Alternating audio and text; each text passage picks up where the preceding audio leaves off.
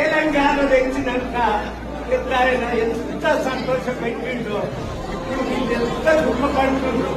దాని రిజల్ట్స్ 2027లో ఈ ప్రభుత్వం పడిపోతుంది. అధికారాలు వద్దు, పదవులొద్దు, పైసలొద్దు, జాగలొద్దు, ఉద్యోగాలొద్దు, అయిపోయింది. మేము కష్టపడి నా బిడ్డ జర్మన్లు ఉంటుంది, ఆమెనే సాత్తుండ్రు మమ్మల్ని.